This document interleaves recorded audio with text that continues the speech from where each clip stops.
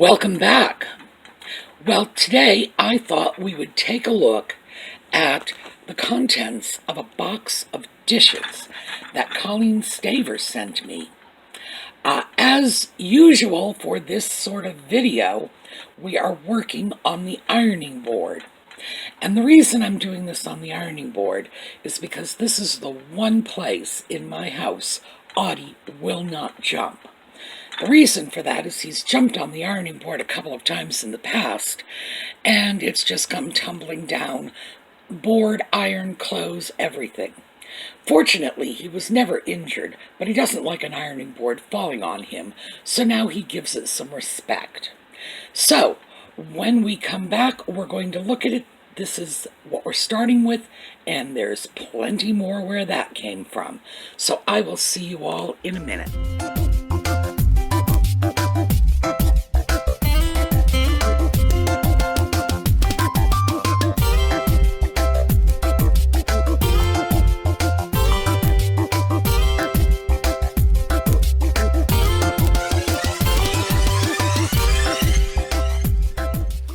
I thought we'd start with these pieces.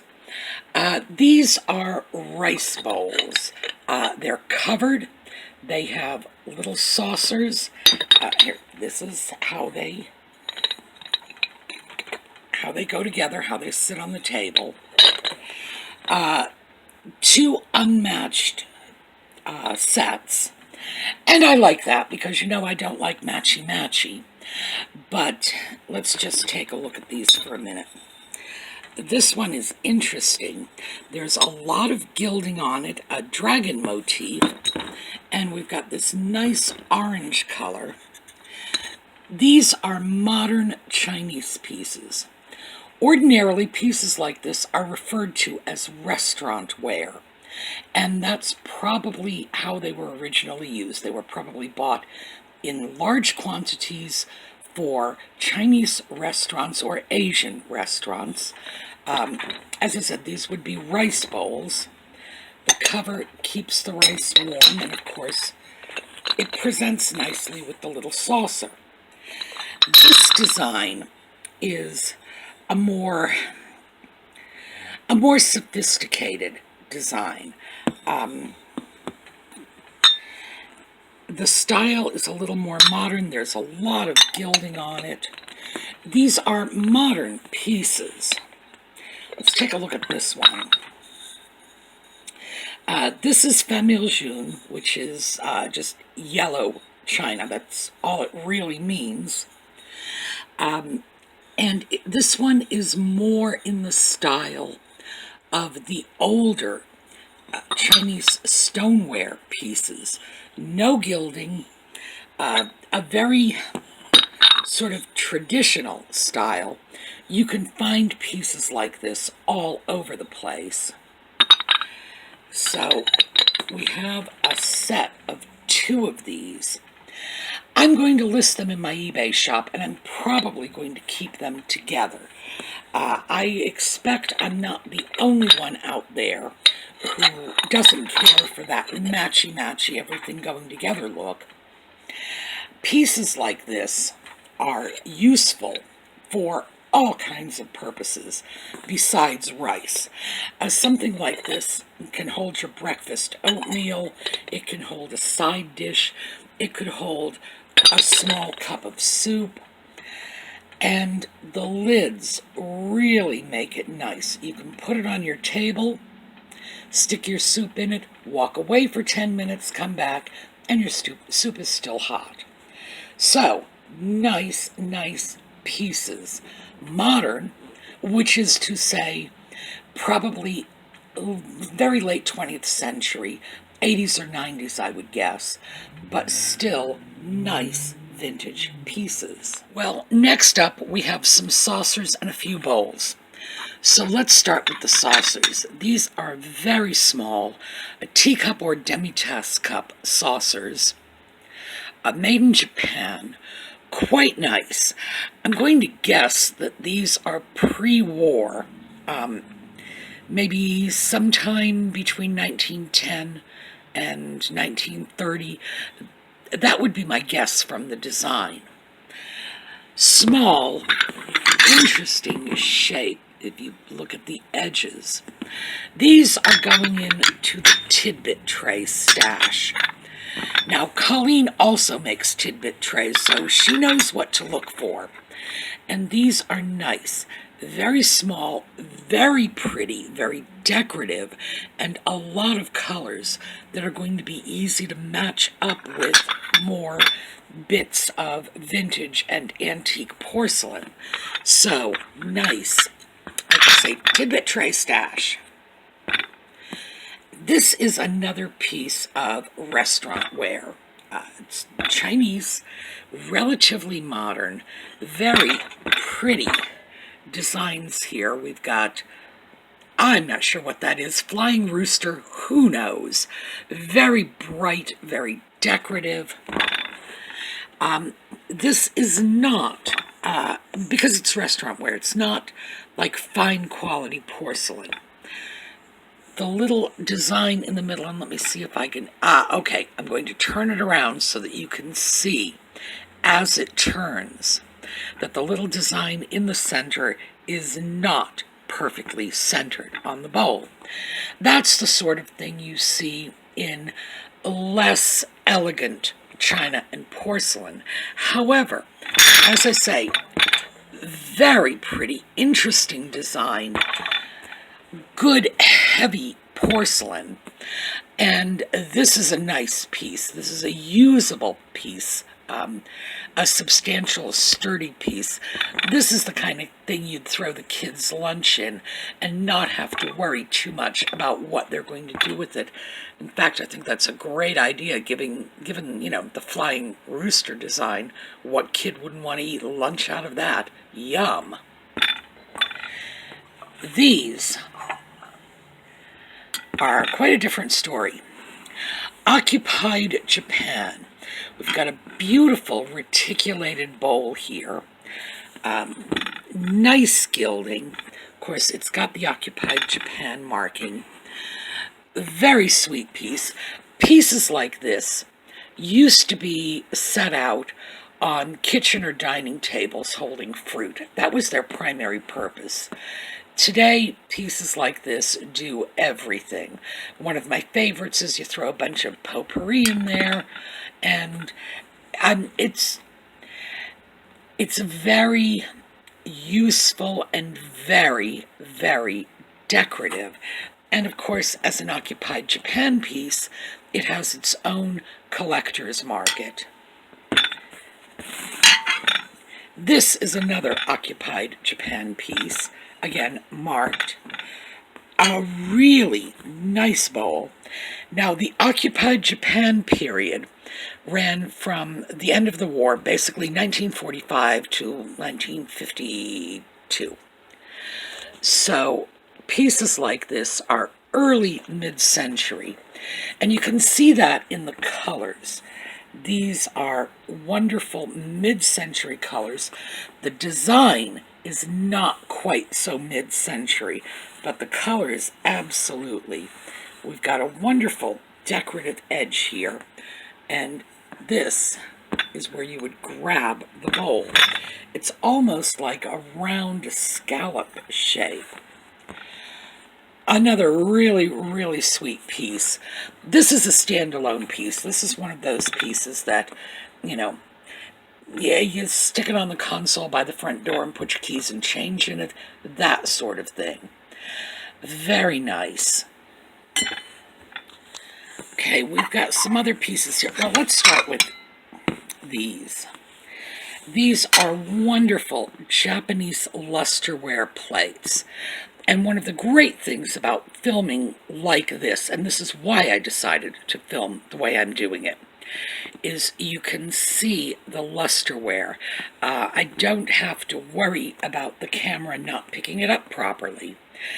It's our standard peach and blue. In this case, the blue is a little more sort of grayish. Very nice. We've got our cherry blossom design around the edge. And then take a look here. This is our traditional Noritake design. Plus we have this darling little bird. And there are 2 of these. Those are going into the Tidbit tray stash. Because they are peach and blue, they're going to go with a lot of the other plates I have, not to mention the possibility of sticking a wonderful little Noritake piece in the Tidbit tray. Japan made, I'm going to guess around the 1920s on this. This piece is also Japanese. This is from Yukago. They were a major importer in the mid-century era. This is certainly a mid-century piece. You can tell from the design and the color combination. We are signed Okamoto, and it's a beautiful hand-painted design.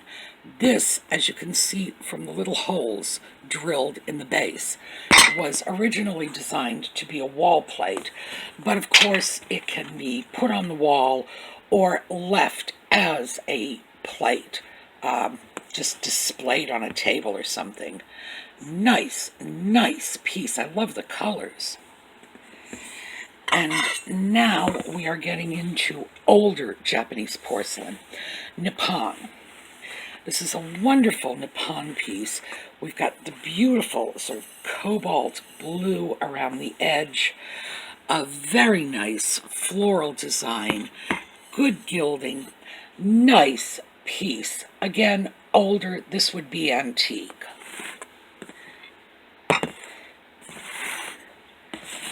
And this is yet another Nippon piece. These cute little handles on the side. A very flat piece, more of a tray than a plate. And this wonderful sort of daisy design around the edges. I do like these. These, because they are Nippon, are collectible. And I don't think, this one for sure is not going into the Tidbit tray stash. This one, I don't know, very tempting. I can see a beautiful Tidbit tray coming out of that. We'll have to see. Now we're moving on to some of the larger plates. This one is Limoges. And when you look at the design like this, hand-painted of course, you can see why Limoges has always been such a big name in China. This is just beautiful. And then we have this. It's a Bavarian blank that was hand-painted by an amateur artist. I love these amateur artist-done pieces. It's probably, well, like the Limoges plate below it, it's probably over 100 years old.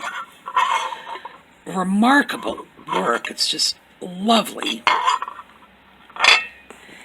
This is also a hand-painted Bavarian piece. Now, these were packed together.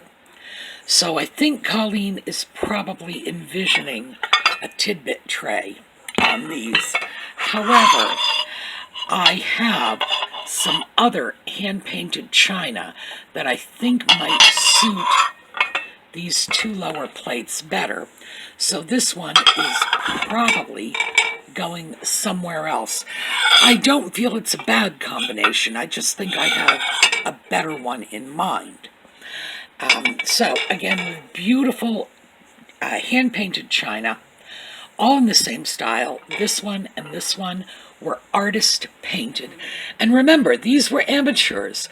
These were housewives and schoolgirls painting these pieces.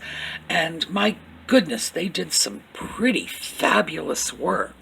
And these were also in the stack of larger plates, as you can see, not quite as large as the ones we just looked at. This is Bavarian Lusterware, and in low light like this, it just looks like a white plate. But once you tip it, you can see that oil slick lusterware. It picks up just about every color in the rainbow. And the European lusterware really did this very well. The Czechs, the Germans, and of course the Bavarians, that's Germany. Really nice piece. I love the basket of flowers on this.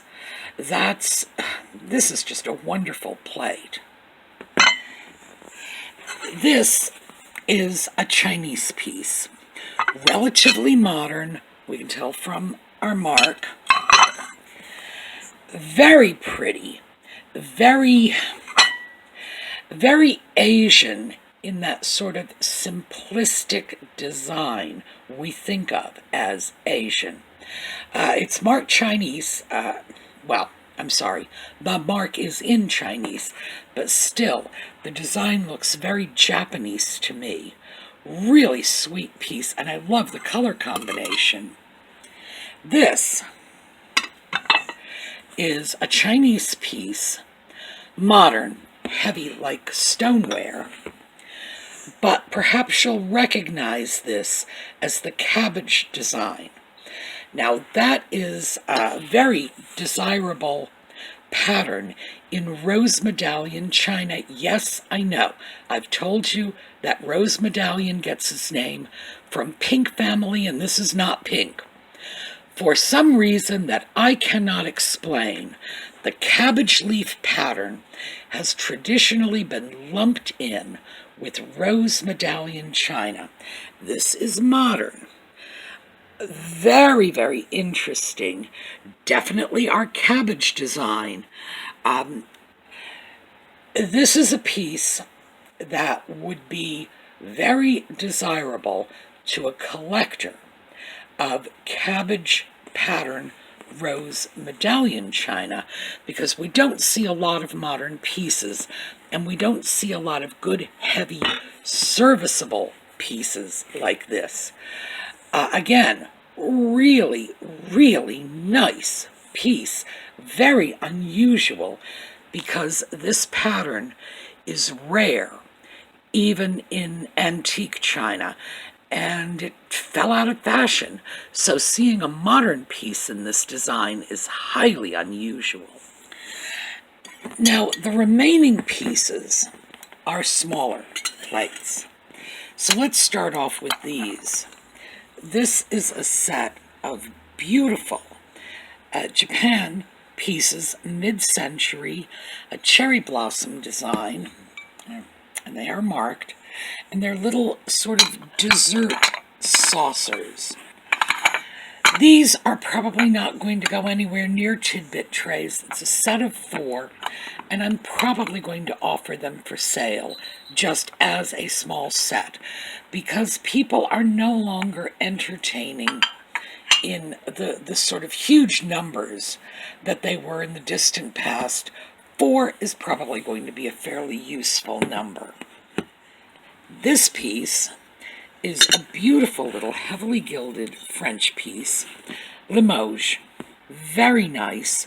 That is probably going into the Tidbit tray collection, because just the combination of colors in the floral rim and the gilding mean it's going to be easy to match it up to larger pieces. This is just adorable. This is actually a little ashtray. Notice the little tiny cigarette divots.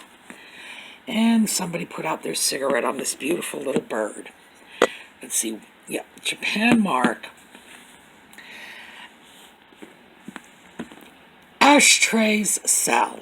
People don't like to hear that, but they do.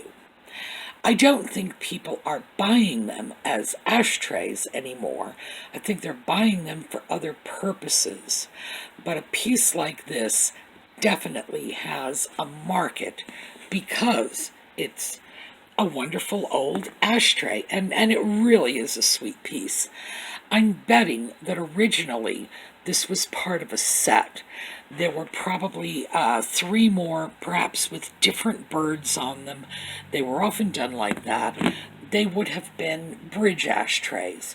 Everybody would get their own little ashtray. They would smoke themselves to death while they were playing cards.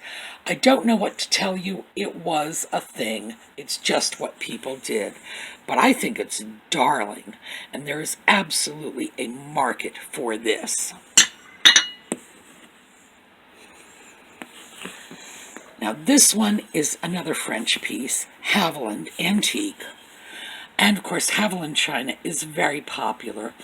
Once again, nice colors, nice gilding.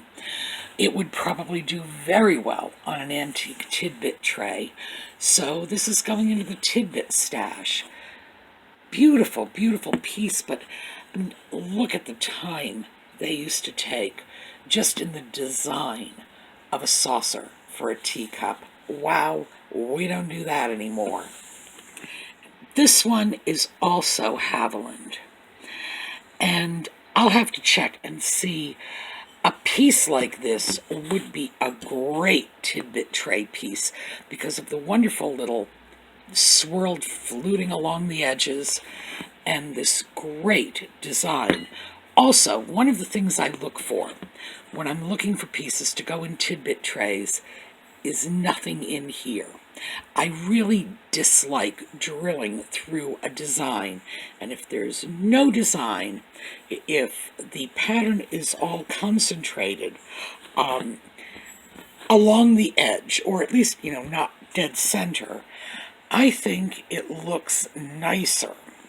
So these are great pieces. And finally, I thought I would go back to these beautiful hand-painted pieces. Now remember, they are going to be a tidbit tray. And I said I was quite sure I had pieces that would go well with them. I think this one looks nice, not my top choice. Here's another one in the same range as a pig. Now let's take a look at these yellows.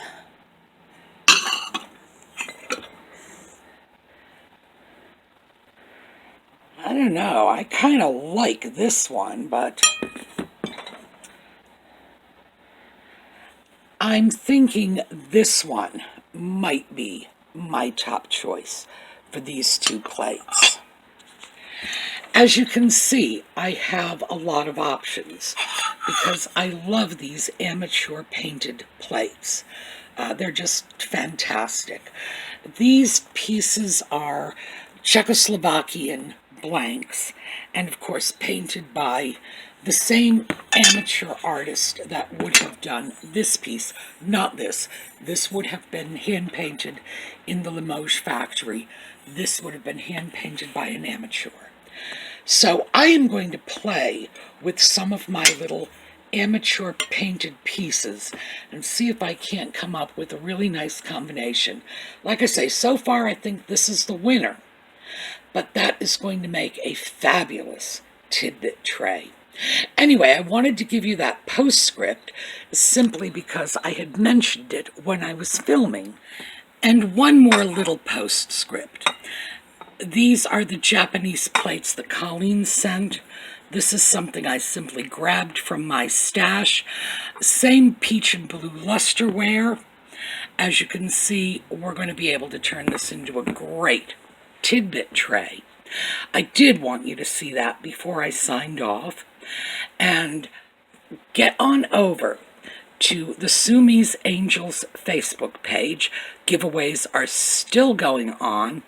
So show up for the giveaways, stick around for the fellowship. It's a great bunch of people over there. Really, you're going to love it. So, we are signing off with a little slideshow as usual.